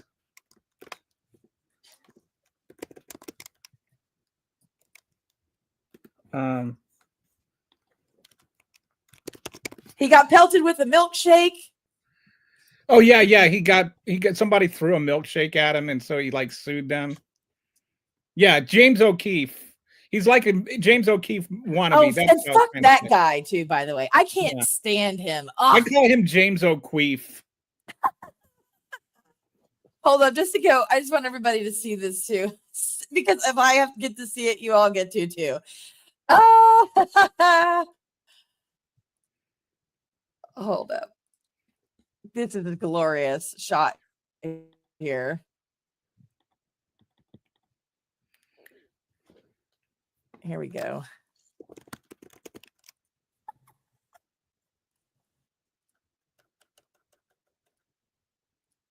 Is this the guy? Yeah. Pelted. Then who's the I guy live that for it. like, there's the guy that I was in a hipster coffee shop guy. It's like all his stuff ends up with overhearing people in a hipster coffee shop. Oh, I don't know that guy, but who's the one guy that he always sits and talks? He's like eating food or whatever, so he's like usually like at restaurants, and he's trying to be like snarky about stuff, but like Jacob fails. Wall, that's the one. That one Jacob I should Wall, remember. yeah. Jacob Wall, because he like actually got busted in a build the wall scam. So it's funny that his name is like being Matt Gaetz and saying, "I wish there was a Gates," and then there's a Gates. Yeah, right. It's like, well, your wishes are command. Which also, one other note, somebody said this today. I read, they were like, the fact that everybody is getting confirmed, I can only imagine what the rap sheet on Matt Gaetz was for him to get pushed out. Oh yeah. Like, how bad did it have to be for them to get rid of him and all these other people get pushed through? Like, yeah, right. I don't even want to imagine. I don't even want to imagine. Yeah, like when the defense of him is that, well, they weren't children. They were like 16 and 17. Like you're diddling 16-year-olds as a 40-year-old man. Like, is that really that bad? It's not like he was diddling 13-year-olds. Yeah. No, right? What difference does that make? Oh, and John McEntee is who Tony. I think that was John McEntee gave fake money away in Hollywood to homeless people so that he could get them in trouble or something. So that when they use it, they get arrested. That's John McEntee. He's just another one of those grifter Republicans. He was a Trump advisor, by the way. Yeah, I'm surprised he hasn't gotten a cabinet position. Oh, I mean, who would be? I wouldn't be surprised if he actually does, and we just don't hear about it because all the other big names are so frightening and terrifying. And giving homeless people counterfeit money after George Floyd, right? Like, I mean, I think that's why like he found it so humorous. Murdered at that point. Yeah, I wouldn't be like, again, I would not be surprised. And I don't think he was giving them to white homeless people. I think he was giving the white homeless people. Yeah, I don't know if the video showed him doing it, but I remember there was a video of him saying it while holding money. I don't know if there was. He was talking about how awesome he was for doing it. Yeah. Awful. It's grotesque. And he was like they'll get a free meal in prison or in jail. Yeah. Just like, what a dick. Awful man. It's like all of these people they're like they celebrate meanness. Like that's what they do. Yep. Anyway. we're coming up on 2 hours here. Winch. I digress. We Yeah, barely closing- talked about anything, but I feel like it's our I best. don't even care. Guess what? I think us and our viewers needed a break today. Yes.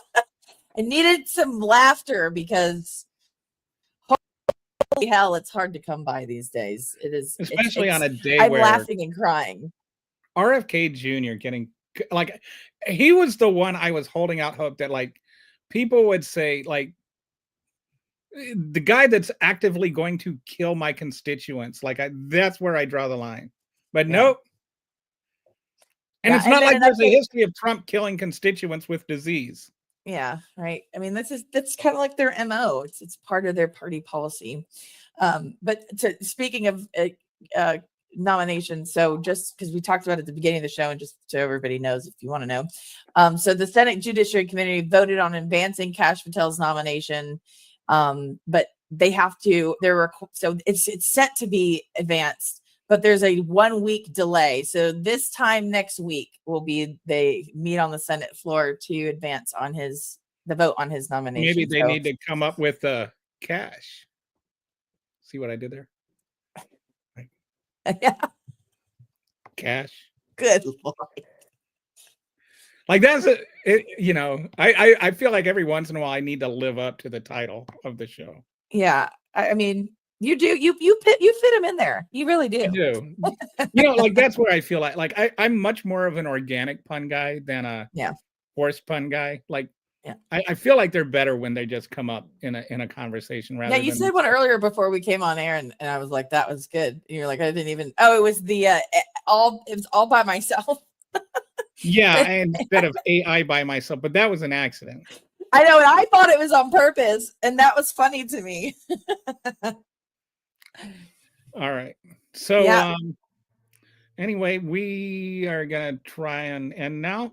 Yep, we'll be back tomorrow. Like we put the guest link to his Blue Sky account in the chat. And look forward to having our guests on tomorrow. And thanks for joining us, and we'll talk to you later. See you soon.